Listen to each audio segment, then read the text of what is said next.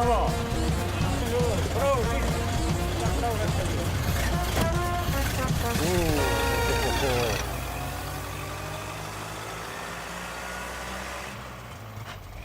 A slučajno veste, kdo je pripeljal prvi avto v Ljubljano?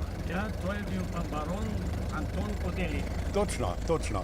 Leta 1898. No, temu avtomobilu so rekli samodrč. Jo, to je bila zelo draga naprava. No in še 15 let po tem dogodku je bilo na Kranjskem komaj 60 avtomobilov.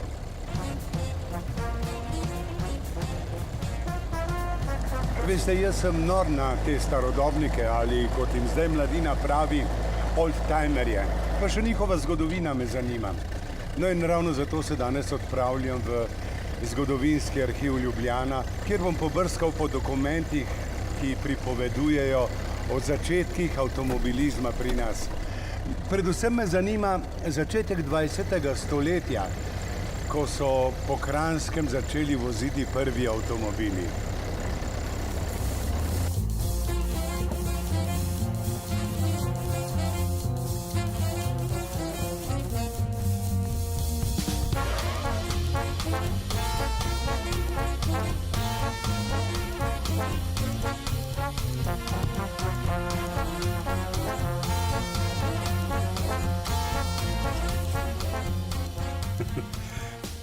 Takole je leta 1908 napisal okrajni glavar, ljubljanski okrajni glavar. Promet po cestah in javnih potih je dandanes ves drugi, kot je bil njega dni. Razne nove najdbe, kolesa, motorji, avtomobili. Ponovadi pa nočejo vozniki o teh razmerah, ki so tako rekoč čez noč prišle, še nič vedeti. Vsakdo hoče tako malomarno voziti, kot je vozil nekdaj.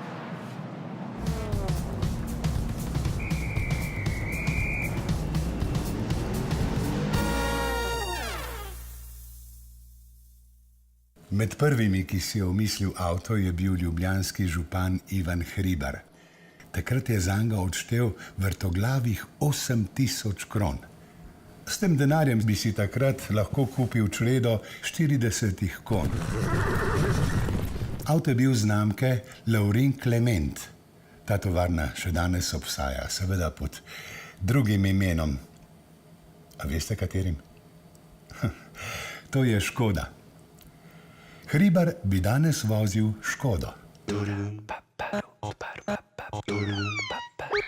Tistim 8000 kronam za avto je moral Hribar dodati še stroške za šoferja in njegovo zaščitno obleko. Priskrbeti pa mu je moral tudi vozniško dovoljenje.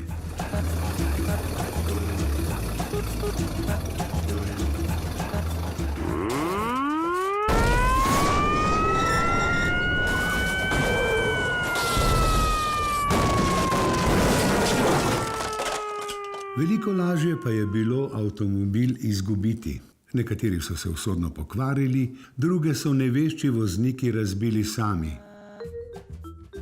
Včasih je avto končal na dražbi. Tako so škofjeloškemu taksistu Jožetu Erženu, ki je bil dolžan 2725 dinarjev, zarubili osebni luksuzni avtomobil Six, vreden 10-krat toliko. Tudi pismonoša Franc Ostanek je imel malo denarja, zato pa mnogo več sreče. Na gasilski tomboli v Kranju je zadel glavni dobitek – avto.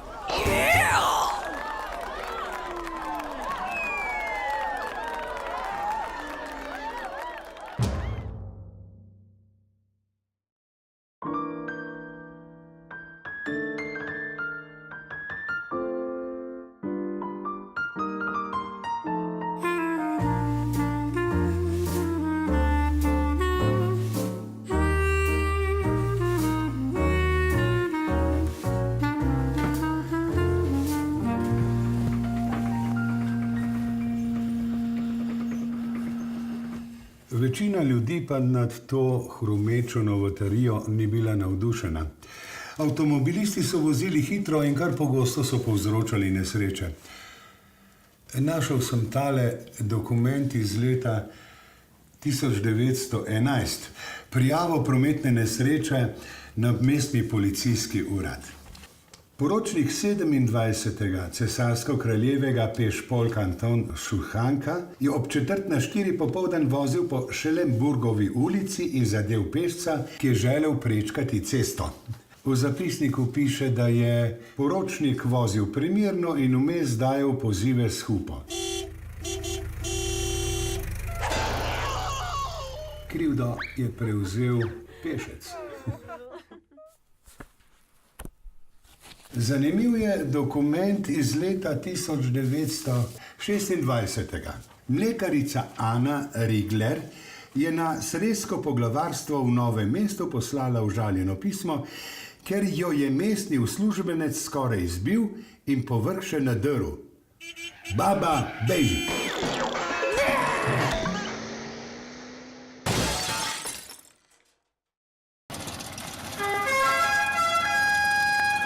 Na nevarnosti so šoferji opozarjali s hupo, ki je morala imeti nizek glas.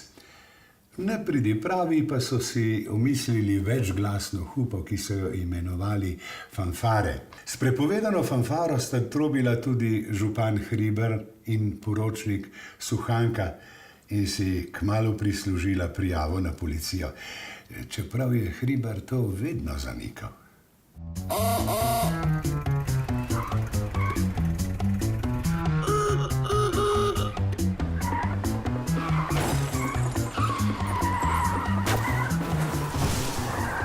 Zaradi tega kaosa je morala oblast sprejeti nove cestno-prometne predpise. V naselju je omejila hitrost na največ 15 km/h, ponekod pa celo samo na 6 km.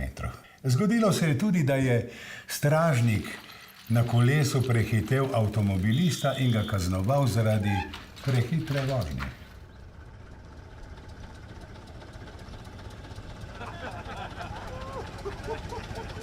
Vsako vozilo je dobilo registrsko. Takrat so ji rekli oznamenilno tablico. Župan Hribar je imel oznamenilno številko J17, poročnik Suchanka pa J22. Črka J pa je pomenila deželo Kranjsko. Velik problem je bil tudi prah, ki so ga dvigovali avtomobili. Prebivalci Kranjske Gore so bili naravnost ogorčeni. Promet motornih vozil kuži zrak, ubija živčevje do naravnost neverjetne mere, uničuje nočni mir ter ogroža telesno varnost ljudstva.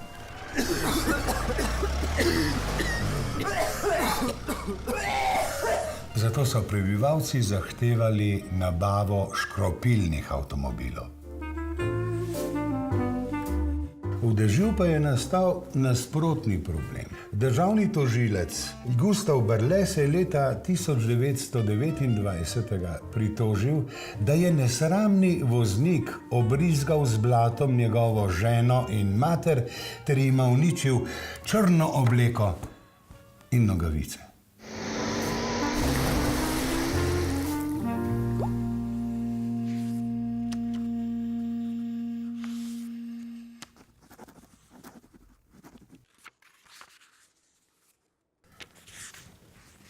Pešci so za avtomobili nemočno vpili in jim grozili.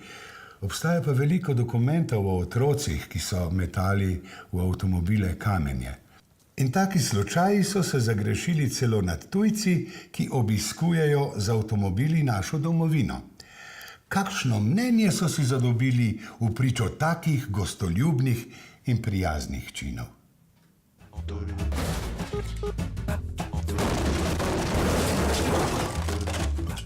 Posledično so nastala tudi avtomobilska društva, kjer so vozniki preizkušali zmožnosti avtomobilov.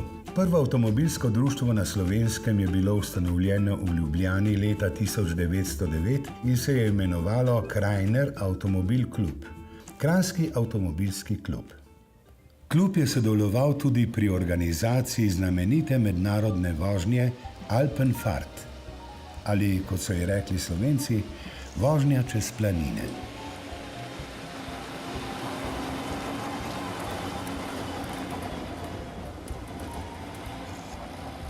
V gospodarstvu so avtomobile uporabljali za prevoze tovorov in potnikov.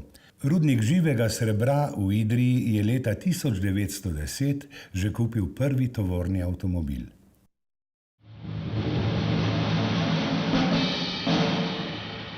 Potem so namesto izvožčkov in omnibusov, ki so jih vlekli konji, prišli taksiji in avtobusi z rednimi linijami. Prvi ljubljanski taksist Pavel Stele je leta 1911 vozil takle avto. Še bolj potrebni so bili avtomobili v nujnih življenjskih situacijah, nesrečah in požarih. Ljubljanski gasilci so imeli avto z najvišjo lestvijo na Balkanu.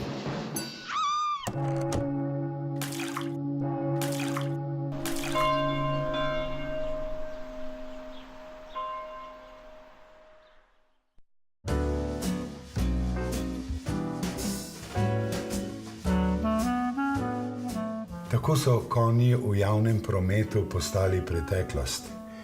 Za njimi so ostale samo konjske moči, kot fizikalna enota za moč, pa še te smo zamenjali z vati. Ampak jaz avtomobilu še vedno pravim jekleni konjiček.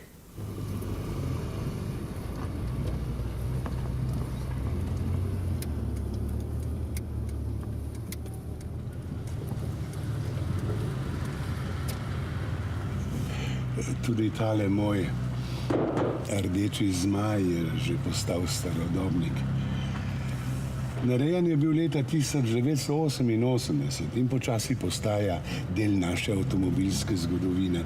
Naravno zato bom odnesel njegove dokumente v arhiv in jih spravil za prihodnje rodove in morebitne raziskovalce.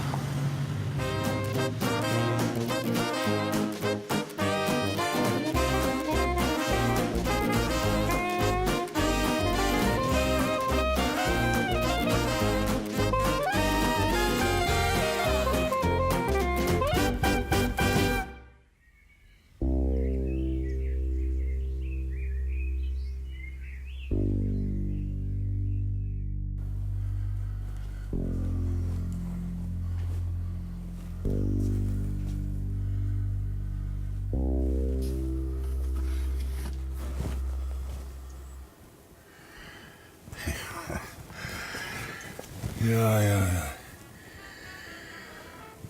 Koliko je tu materijala? In če pomislim, koliko se ga bo šele nabralo.